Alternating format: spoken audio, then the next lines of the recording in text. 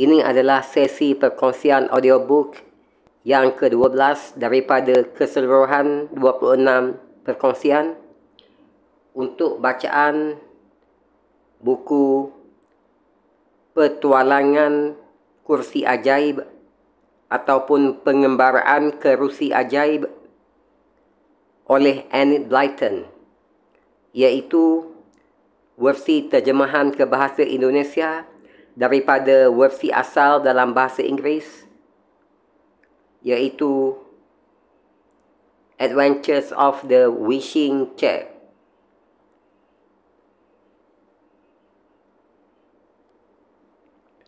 Ini adalah sesi perkongsian audiobook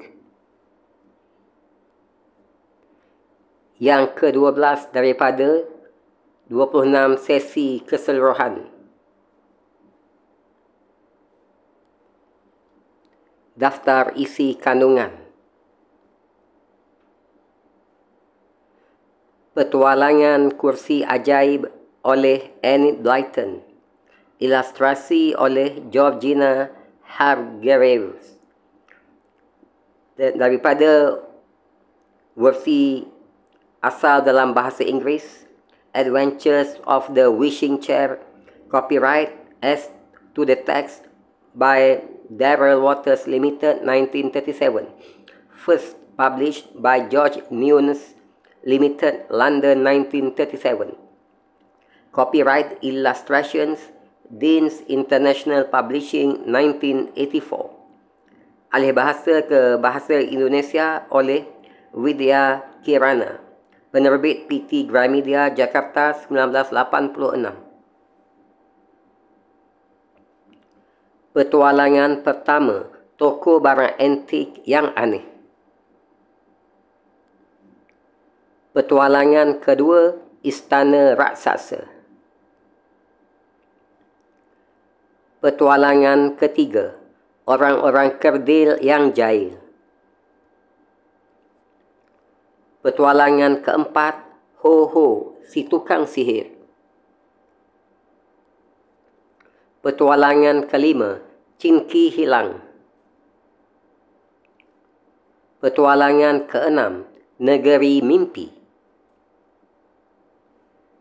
Petualangan ketujuh, Kursi Menghilang.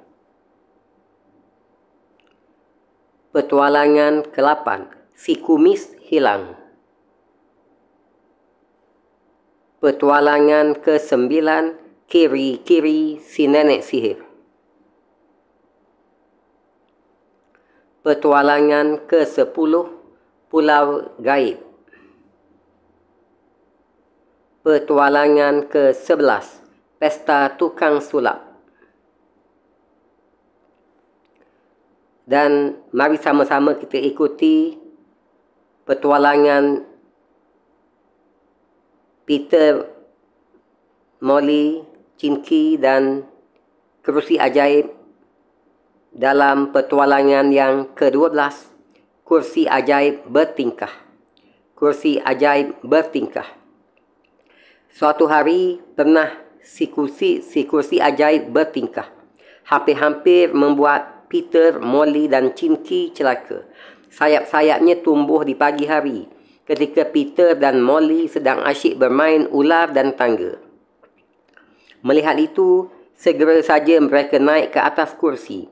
"Ayo Cingki, cepat!" teriak Peter. Kursi melesat cepat. Udara cerah, langit bersih. Tapi rupa-rupanya si kursi sedang kesal. Dia mulai bertingkah, membuat perangai. Oleng kanan, oleng kiri, berputar, lalu tiba-tiba menukik tajam. "Aku tak suka ini," kata Cingki. "Pegang erat-erat. Jangan-jangan dia mahu jungkir balik di udara."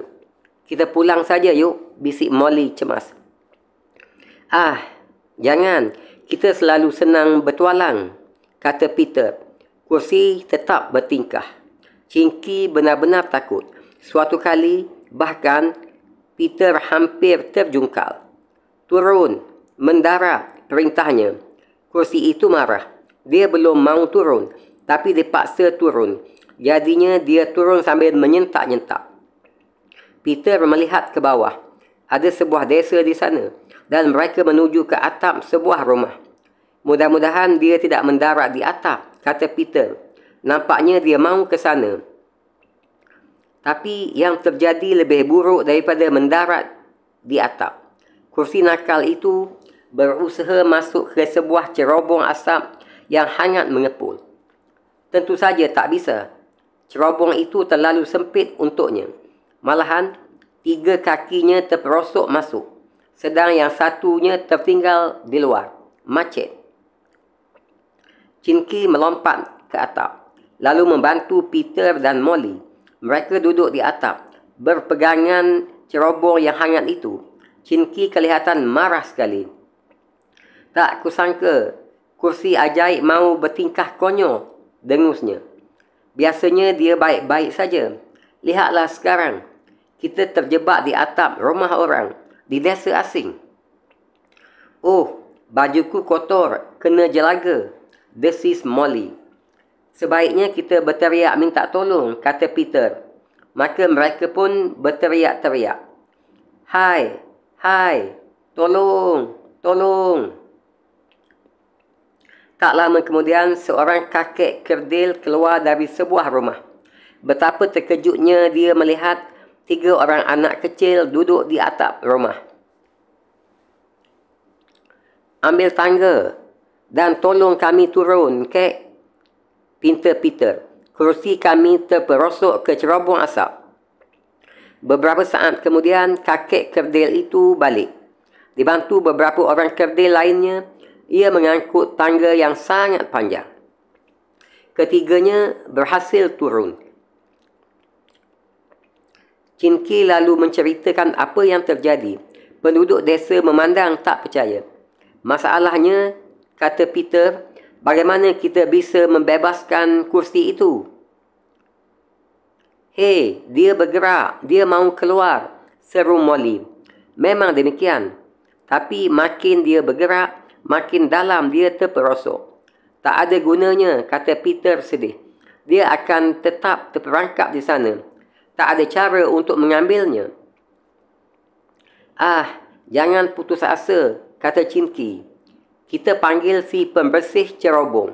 Kita minta tolong dia. Ku panggil dia, kata seorang kerdil berwajah bulat. Tak lama kemudian, dia kembali bersama si pembersih cerobong. Kulitnya agak hitam.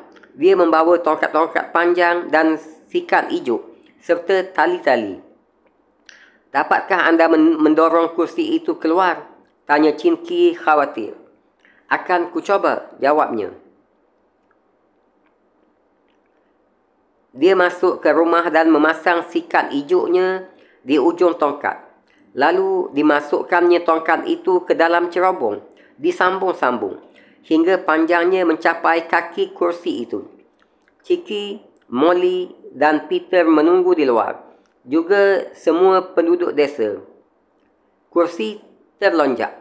Lihat, dia hampir berhasil, seru Chinky sambil meloncat-loncat ke girangan. Sedikit terlonjak, terdorong, bergeser, dan akhirnya, hop, kursi melesat keluar dari cerobong asap. Berhasil, berhasil, teriak Molly ke girangan. Hai kursi, turun ke sini. Kami ada di sini. Molly sampai melompat-lompat. Tapi anak-anak kecewa. Kursi ajaib tetap bertingkah. Bukannya turun mendarat, dia malahan terbang melesat ke angkasa. Pergi, melayang entah ke mana. Apa kataku? Desis Chinky. Dia mulai bertingkah lagi. Anak-anak memandang kursi ajaib sampai lenyap dari pandangan. Yah, desah Molly. Bagaimanapun kita harus pulang. Aku jadi cemas. Jangan-jangan kita benar-benar kehilangan kursi itu sekarang. Kita akan naik bis yang berangkat 5 minit lagi dari sini, kata Chinky. Dia memeriksa jadual perjalanan bis-bis yang terpampang di dinding dekat situ. Tak sampai 1/4 jam, kita sudah sampai ke rumah. Sayang sekali. Memang, kata Peter sedih. Dia sudah mengajak kita ke mana-mana. Petualangan yang seru-seru. Memang, hari ini dia bertingkah nakal dan konyol. Tapi sesungguhnya dia baik hati. Ingatkah kalian waktu kursi ajaib membebaskan kita dari kebun nenek kiri-kiri? Ya, Chin Ki menyetujui. Kita tak boleh menganggapnya jahat kalau sekali-sekali dia bertingkah. Itu bisnya datang. Peter dan Molly mengikuti Chin Ki. Mereka naik bis yang aneh kerana sopirnya bebek dan konduktornya kelinci. Karcisnya, iaitu tiketnya adalah kelopak bunga. Tapi nampaknya Chin Ki tak menganggap itu aneh. Peter dan Molly berpandang-pandangan sejenak, lalu bergegas naik. Bis mulai melaju. Penumpangnya duduk terkantuk-kantuk. 10 minit kemudian, mereka sampai di mulut sebuah gua di kaki bukit. Yuk, kita turun di sini, kata Chin Ki sambil bangkit dari tempat duduknya. Chin Ki turun. Peter dan Molly terheran-heran. Tapi mereka diam saja. Tidak bertanya-tanya. Mereka mengikuti Chin Ki masuk ke dalam gua dan mendaki beberapa anak tangga. Kemudian, Chin Ki membuka sebuah pintu. Wah, betapa takjubnya Peter dan Molly ketika tahu-tahu mereka sudah ada di belakang rumah. Keluar dari pohon ek di sudut kebun. Kau tahu saja setiap jalan ke negeri dongeng, Chin Ki, kata Molly. Matanya memandang kagum pada Chin Ki yang sedang menutup kulit pohon ek itu. Tentu dong, kata Chin Ki sambil mengerdip jenaka. Kau memang kawan sejati, Chin Ki. Puji Peter, kau selalu tahu cara memecahkan kesulitan. Tak ada yang sulit untuk Chin Ki. Gumam Chin Ki sedikit menyombongkan diri. Mereka berlari ke gudang. Pintunya terbuka lebar. Siapa yang membukanya?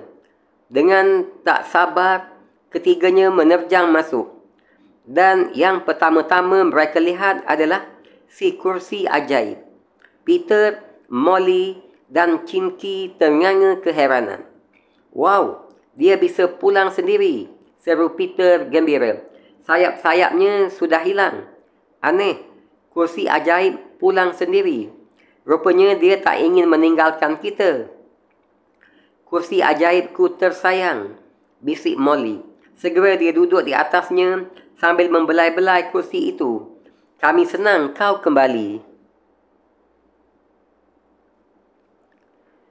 Tak apa bertingkah sedikit dan membuat kami hampir jatuh ke dalam cerobong asap. Jangan bicara begitu di depannya. Siapa tahu dia bertingkah lagi? Chin Ki mengingatkan. Mari kita bersihkan baju kita. Ibu takkan percaya kalau kita katakan jelaga ini dari puncak cerobong asap, kata Peter. Apa rencana kita? Tanya Molly. Tunggu saja.